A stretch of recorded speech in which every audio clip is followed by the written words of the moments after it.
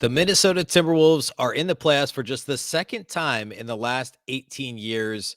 Welcome into the Lockdown Wolves postgame podcast. The Timberwolves beat the Clippers in the play-in on Tuesday. And bad Karl-Anthony Towns game, phenomenal games from Anthony Edwards and DAngelo Russell. We're going to break it all down. Welcome into the postgame podcast. You are Lockdown Wolves. You are Locked On Timberwolves, your daily Minnesota Timberwolves podcast. Part of the Locked On Podcast Network. Your team every day.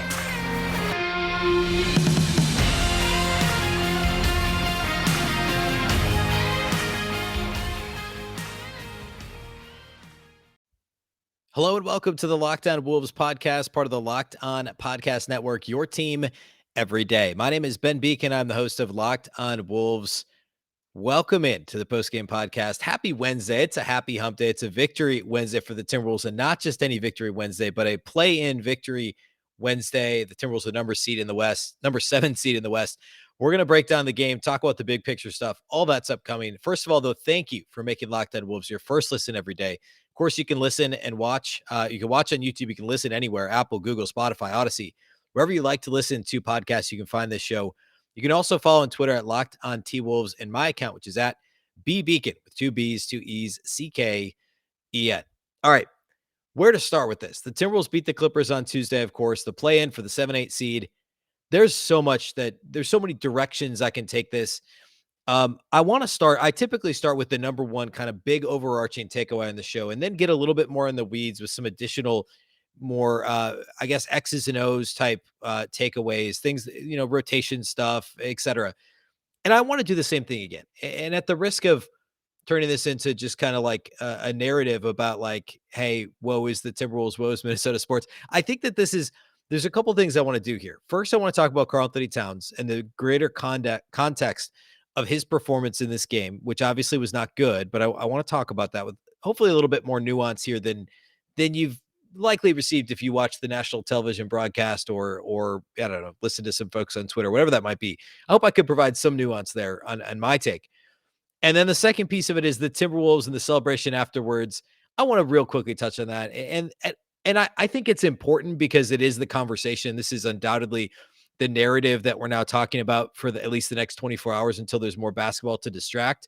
At like actual basketball, which is what we should be spending our time on. And I do want to spend the entire rest of the show on it. But I want to open by acknowledging kind of this elephant that's unfairly hanging over this thing.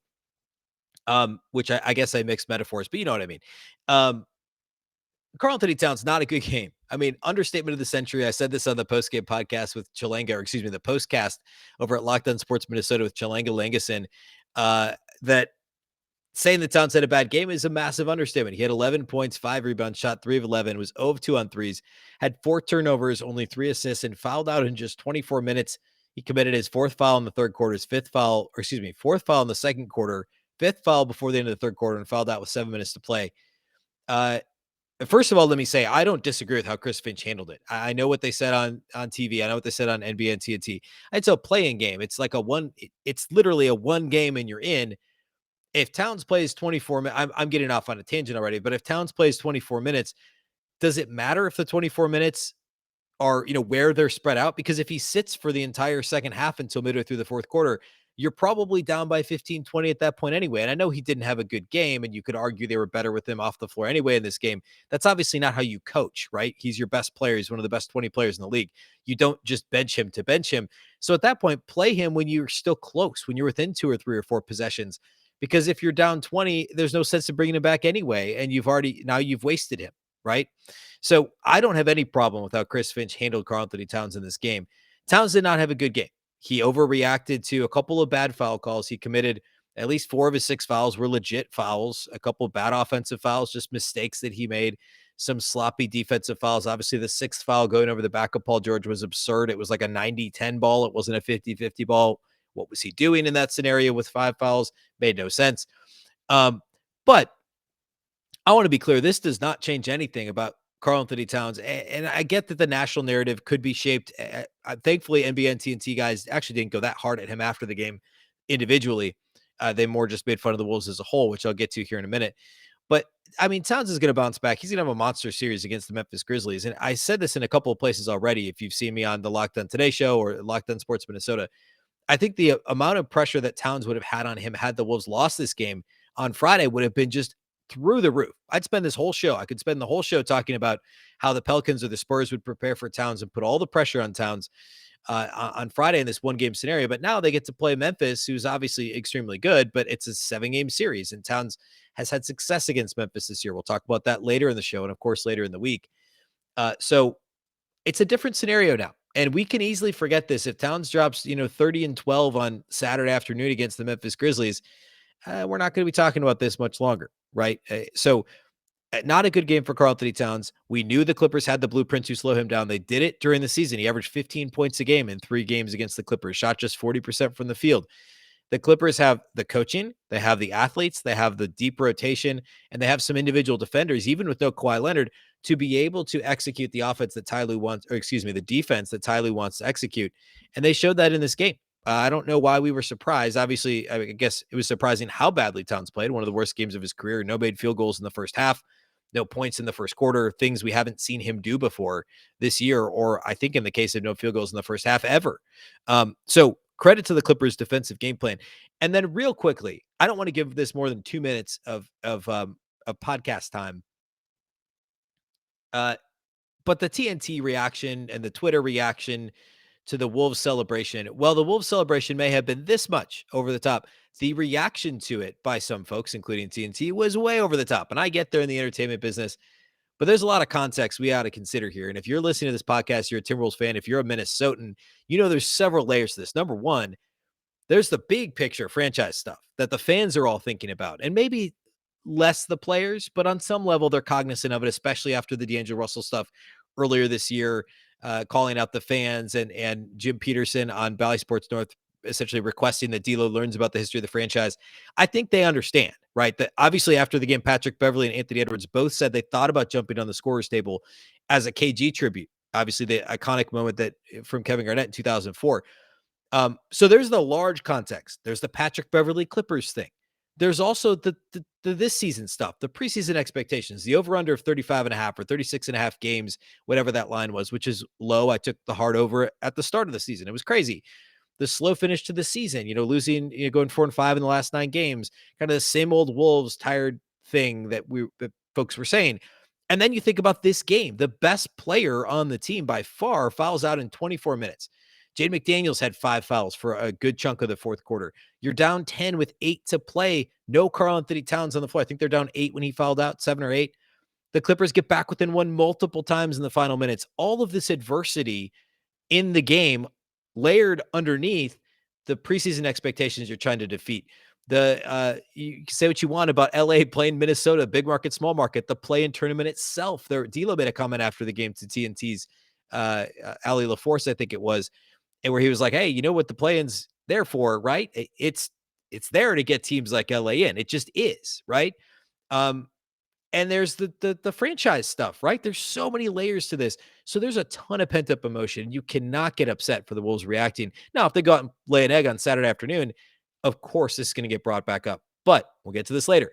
All the pressures on the Memphis Grizzlies, the Timberwolves can celebrate. They can spend a couple days feeling good about what they did against the Clippers and then get back to business, put that pressure right back on the Memphis Grizzlies. It's totally fine to be I mean, does anyone like baseball, right? You win a 1-game wild card in baseball. This has been joked about now. In baseball, you win a 1-game wild card game or whatever. Then you go to the next round. You play a 5-game series. If you win that, you get to celebrate 5 times on top of winning the division title. You don't pop bottles for a division title in the NBA. I don't think anybody does that. I mean, this is a little different, right? They didn't have champagne in the locker room. They celebrated a win that got them into the playoffs. A franchise that fails consistently, a franchise that nobody believed in. Patrick Beverley versus his former team. All of this makes sense and doesn't deserve to be, they don't deserve to be clowned for it. So I wanted to say that. I do want to get into a little bit of the nuts and bolts, what the Clippers did, why the Wolves weren't able to counter the Clippers, what they did wrong, what the Wolves did wrong for that matter. And then also a brief, of course, individual studs and duds as always, and then a brief look at Wolves Grizzlies, which we have plenty of time to get to later this week. But first, let's talk about our new friends over at Shady Rays. Shady Rays is an independent sunglasses company that gives you the features of $200 sunglasses for a fraction of the price. That means polarized lenses, well-constructed durable frames, and premium high-end finishes. Also, something you won't find anywhere else is Shady Rays' insane protection program. Shady Rays includes lost and broken protection on every pair. They will send you a brand new pair if you lose them, no matter what happened. Give them a try. And if you don't love them, you'll pay absolutely nothing. It's as simple as that. Plus, 10 meals are donated to fight hunger in America when you shop with Shady Rays. Exclusively for our listeners, head to shadyrays.com and use code Locked On to get 50% off 2 pairs or more of polarized sunglasses. That's code Locked On for the best deal of the season. 50% off 2 or more pairs of Shady Rays sunglasses backed by over 150,000 verified 5-star reviews.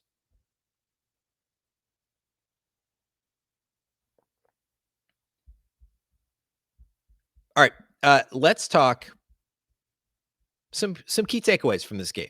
Get a little bit more X's and O's, nuts and bolts here. Let's talk about the Clippers versus Karl-Anthony Towns. So I talked about this extensively leading into this series. Chuck Mockler from Locked On Clippers and I talked about it in the crossover episode that posted on Tuesday. The Clippers provided the blueprint for how to guard Karl-Anthony Towns early this season. Towns spent the first week and a half, 2 weeks of the season, dominated in the post, occasionally stepping out, shooting threes, pick and roll game, stuff that he's done for a long time, right? Well, teams started to hard double team him. He started playing on the perimeter a little bit more. The Wolves tried to play him a little bit more at the elbows, free throw line extended, mid post, which Chris Finch likes to do. He did that with Nikola Jokic in Denver several years ago when he was an assistant there. And teams still doubled him. It's hard to double with the elbows, but teams would still do it. They would essentially blitz him, make his life difficult. The Clippers were one of the first teams to actually take their power forward, and Nicholas Batum was actually a little undersized for 4 anyway, and guard Towns. They could hide Ivica Zubats on Jared Vanderbilt, or at the time, I think Jaden McDaniels was actually starting the first time the Wolves played the Clippers. McDaniels has developed offensively since then, of course, and forced Towns to operate against a smaller player. And that also allows you to bring a late double with the 5, right? So Zubats can bring a late double from the backside. You could double over the top with the guard. You could blitz him with 3 guys, which we saw the Clippers do in this game quite a bit. And if Towns tries to take that smaller player into the post, you can do all these different things. So Batum would often front Towns. You could bring Zubats from the backside late. You could bring a smaller player to come and dig at the ball. Or you could just play Batum behind him and do the same thing and have somebody, rotate down and double or triple team him in the post. The counter late in the season was playing essentially 5 out with Vanderbilt often in the dunker spot and putting Towns on the perimeter. The other obvious counter would be have more backside motion, send cutters along the baseline, run some off-ball motion to get maybe an open shooter in the corner, run a pin down to get a DAngelo Russell or Malik Beasley corner 3 off.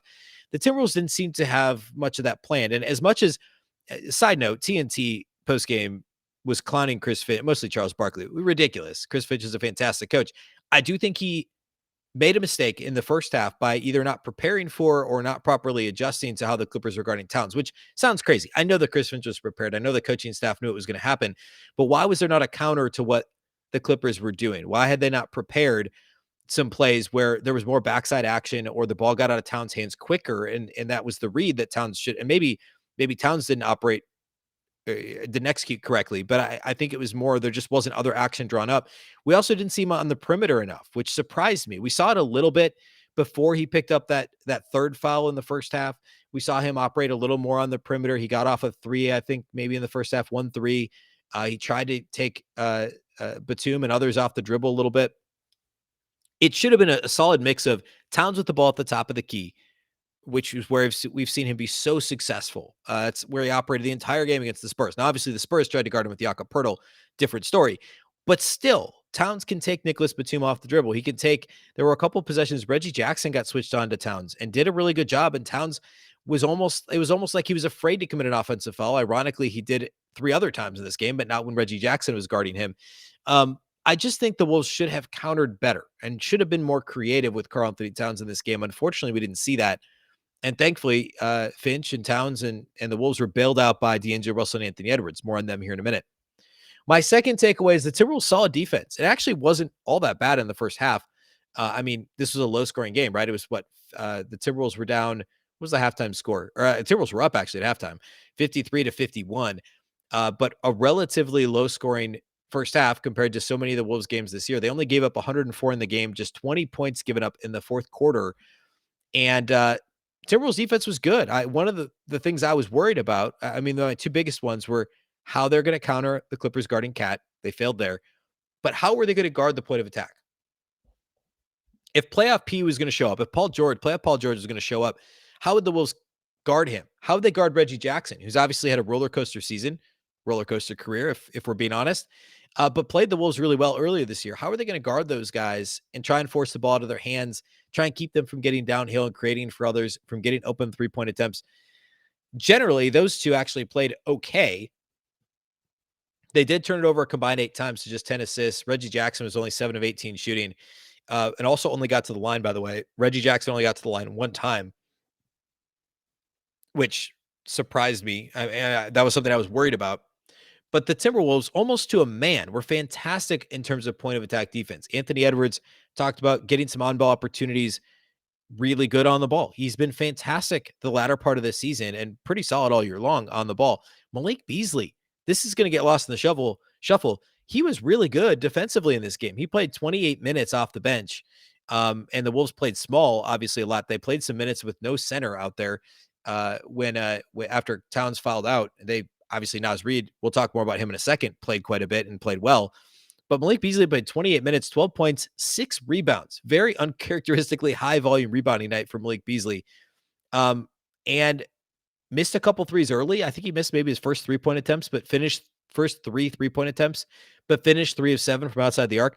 His defense was really good. I mean, he was probably like the third best player on the floor for Minnesota, maybe fourth after Edwards, Russell, Beverley. And then I would think you would say that Malik Beasley was the next best player, next most important player for the Wolves in this game. He was really good defensively on the ball. DAngelo Russell, really good, locked in defensively on the ball. The point of attack defense, and the Timberwolves ramped up their switching in the second half. They switched almost everything second half. They weren't necessarily doing that in the first half, and they made the Clippers at least work for their offense. And Paul George got away with several push-offs early in the game. He finally got called for one in the second half. And I think he played a little bit differently after that. It was kind of like, okay, they might call that now. And it didn't keep going to that same kind of, push-off move. But also the Wolves just doing a good job of swarming the point of attack. Really what the Clippers didn't do. It's like the Clippers relaxed after Towns got into foul trouble and eventually fouled out and didn't blitz DAngelo Russell with the ball in his hands. And that's the only way, I shouldn't say the only way, it's the best way to stop DAngelo Russell is just blitz him, try and trap him with the ball in his hands, make him throw the ball to Anthony Edwards, rotate to recover and force the ball into Jaden McDaniels' hands or Jared Vanderbilt's hands or Naz Reid's hands if Towns off the floor like he was in this case. But the Clippers let DAngelo Russell operate, and he was very comfortable and obviously had a fantastic performance, which we'll talk about in a second. Finally, another final takeaway, I guess, would be Naz Reid. Really good. Another thing that's easily lost in the shuffle. He was a plus 17, which was by far the Wolves' best mark in this game in the plus minus column. 8 points, 4 rebounds in 21 minutes. And a big part of that is because the Clippers went small. When Cat wasn't on the floor, Ivica Zubac wasn't on the floor. And when Zubac wasn't on the floor, Isaiah Hartenstein played 7 minutes. There were, 9 minutes at least of this game where there was no 5 on the floor for the Clippers. And that's when Naz Reid, frankly, dominated in the paint. Played really well. He didn't have any block shots, but he was a factor defensively. Jared Vanderbilt, by the way, didn't have gaudy statistics. I guess he did grab 10 rebounds. Didn't have a block, but he impacted that Reggie Jackson missed layup when it was a 1-possession game with about a minute to play. Vanderbilt almost got a piece of that missed layup. Vando and Naz Reid both played extremely well down the stretch, and I want to shout that out. My final thing, and we'll get into individual studs and duds, is the second half of the Karl-Anthony Towns conversation isn't about Karl-Anthony Towns. It's about DAngelo Russell and Anthony Edwards.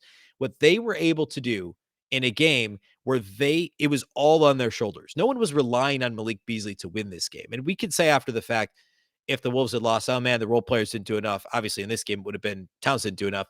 Or after the fact, man, X factor was fill in the blank. The pressure was on DAngelo Russell and Anthony Edwards, and D'Lo didn't have a good first quarter. He had 1 point in the first quarter, was phenomenal the rest of the way. Anthony Edwards was consistently good throughout. They were both good defensively. They combined to have 8 assists and only 3 turnovers. And we'll get into the lines here in a minute. But that portends very good things for the rest of the playoffs and the team moving forward. Obviously, there's a decision when it comes to DAngelo Russell's contract. We'll talk plenty of time to talk about that later. But for the future of this team and the future more immediately of the playoffs and of the upcoming series against the Memphis Grizzlies is what Ant and D'Lo were able to do with no Karl-Anthony Towns on the floor, everything on their shoulders. It was phenomenal. So much fun to watch, something that the Timberwolves and their fans absolutely needed to have happen. Okay, I want to close with individual studs and duds and a very brief peek ahead to the series against the Memphis Grizzlies. First, though, let's talk about our friends over at Athletic Greens. Our next partner, Athletic Greens, has a product I literally use every single day. I started taking AG1 a couple of weeks ago, 3 weeks ago now, for several reasons, really. I didn't have time to do other things to keep myself healthy, frankly. I wanted better gut health. I wanted to be more energetic, podcasting and writing and the whole thing. And now I've been taking it for several weeks, and it's fantastic. It doesn't taste like it's a super healthy thing. It actually has a mild tropical taste that's pretty good, and I look forward to each morning. So what is this stuff, you're asking? Well, with one delicious scoop of AG1, you're absorbing 75 high-quality vitamins, minerals, whole food source superfoods, probiotics, and adaptogens to help you start your day right. This special blend of ingredients supports your gut health, your nervous system, your immune system, your energy, recovery, focus, and aging, really all the things. There's several reasons why it's fantastic and a great decision. Well, first of all, the cost. It costs you less than $3 a day. You're investing in your health. It's cheaper than your cold brew habit or whatever habit you might have. It's cheaper than getting all the different supplements yourself. In this case, you're investing in an all-in-one nutritional supplement. It was founded or created, I should say, when the founder experienced a ton of gut health issues and ended up on a complicated supplement routine to recover that cost him $100 a day. So he created Athletic Greens after experiencing how difficult it was to create an optimal nutrition routine on your own. Athletic Greens has over 7,000 five-star reviews. It's recommended by professional athletes, and it's trusted by leading health experts such as Tim Ferriss and Michael Gervais. Right now, it's time to reclaim your health and arm your immune system with convenient daily nutrition. It's just one scoop in a cup of water every day. That's it. No need for a million different pills and supplements to look out for your health. And to make it easy, Athletic Greens is going to give you a free 1-year supply of immune-supporting vitamin D and 5 free travel packs with your first purchase. All you have to do is visit athleticgreens.com/NBA network. Again, that's athleticgreens.com/NBA network to take ownership over your health and pick up the ultimate daily nutritional insurance. Let's also talk about our friends over at Built Bar. This is the time of year that I've pretty much given up on all my New Year's resolutions, but not this year. I'm sticking to my resolution to eat right thanks to Built Bar. It almost feels like it's not really a resolution, though, because I actually enjoy eating them. If you haven't tried Built Puffs, you need to. They're fantastic. They're super marshmallowy. I just ordered the brownie batter ones. They're amazing. There's plenty of great Built Puff flavors. By the way, every single Built Bar, including Puffs, are covered in 100% real chocolate.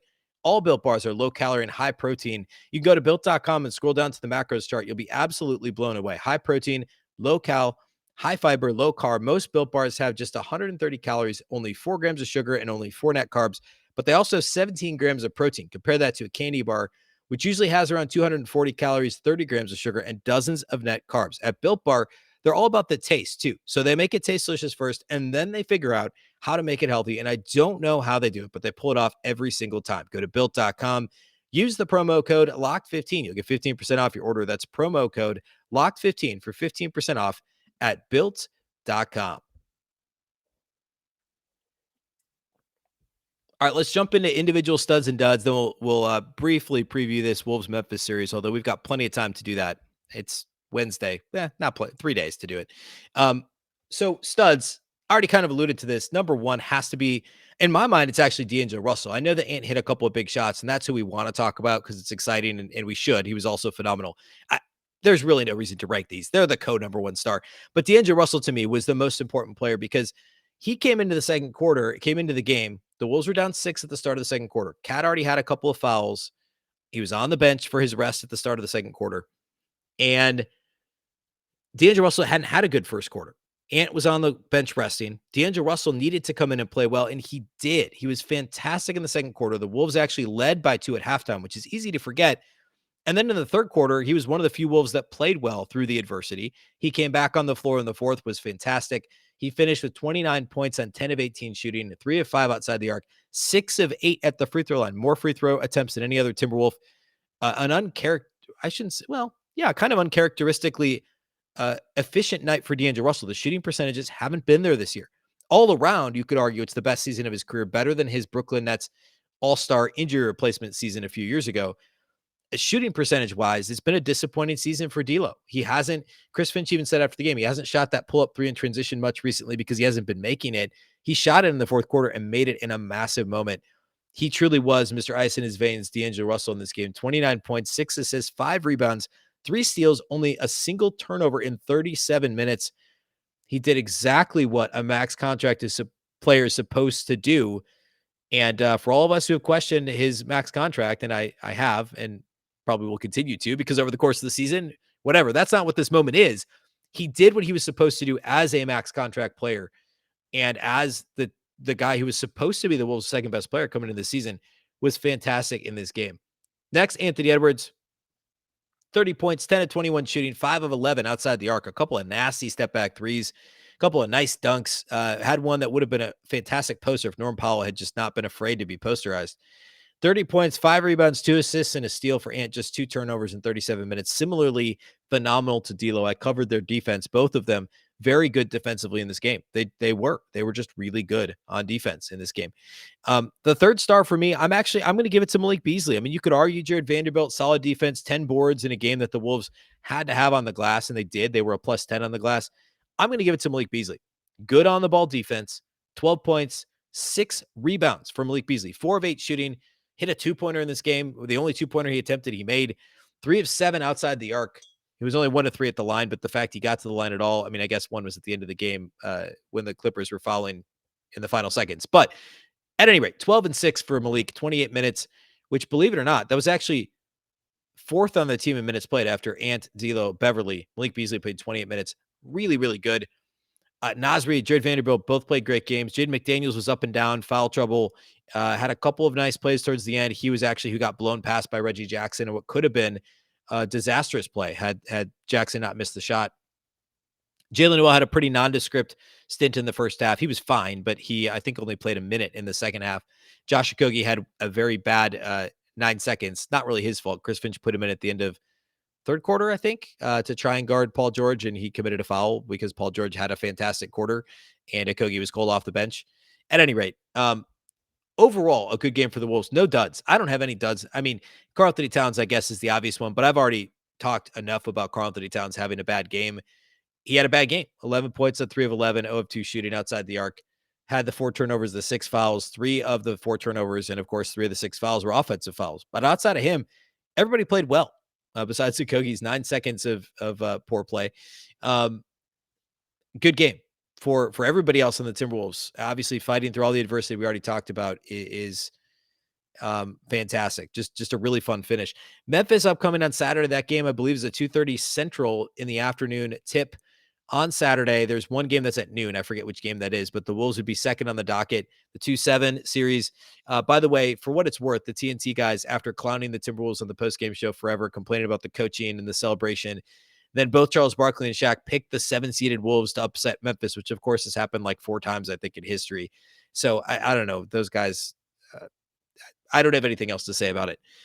But it should be a ton of fun. Obviously, the Wolves and Grizzlies split the 4 games they played, both teams winning twice at home and losing twice on the road. Karl-Anthony Towns was much better against Memphis in the 4 games he played against the Grizzlies than he was in the 3 against the Clippers in the regular season. He averaged I think it was like 22 and 9 or something like that against Memphis. Actually, I've got it here. He averaged 23.3 points on 52% shooting, 38% outside the arc, 9.3 rebounds per game against Memphis. And was really good against the Grizzlies. The Grizzlies have Jaren Jackson Jr. That'll be a fun matchup. Obviously, John Morant versus some combination of DAngelo Russell, Anthony Edwards, and Patrick Beverley. The Grizzlies have a bunch of kind of unsung 3-point shooters. Of course, old friend Tyus Jones. A lot of guys I wanted the Wolves to draft that are on that roster. Desmond Bane is the most obvious example. A really fun team as well. This is going to be a really fun series. Later this week, I don't know what day yet, but myself and Sean Coleman of Locked On Grizzlies are going to hop on a crossover podcast at some point and discuss the series as I did with Chuck over at Locked On Clippers on Tuesday. So stay tuned for that. It's going to be a lot of fun as we gear up for the next, 10 days or so of basketball, or hopefully a lot longer than that, of Timberwolves basketball playoffs in Minnesota for just the second time in 18 seasons. And it feels really, really good. That's all we have for you today here on the show. Thanks again for listening. Thank you for making us your first listen every day.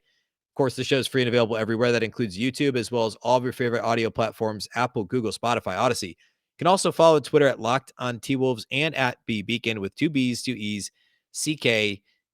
Of course, Locked on Wolves is part of the Locked on Podcast Network. Remember, the Locked on Network is your local experts on all the biggest stories. And again, thanks for making us your first listen.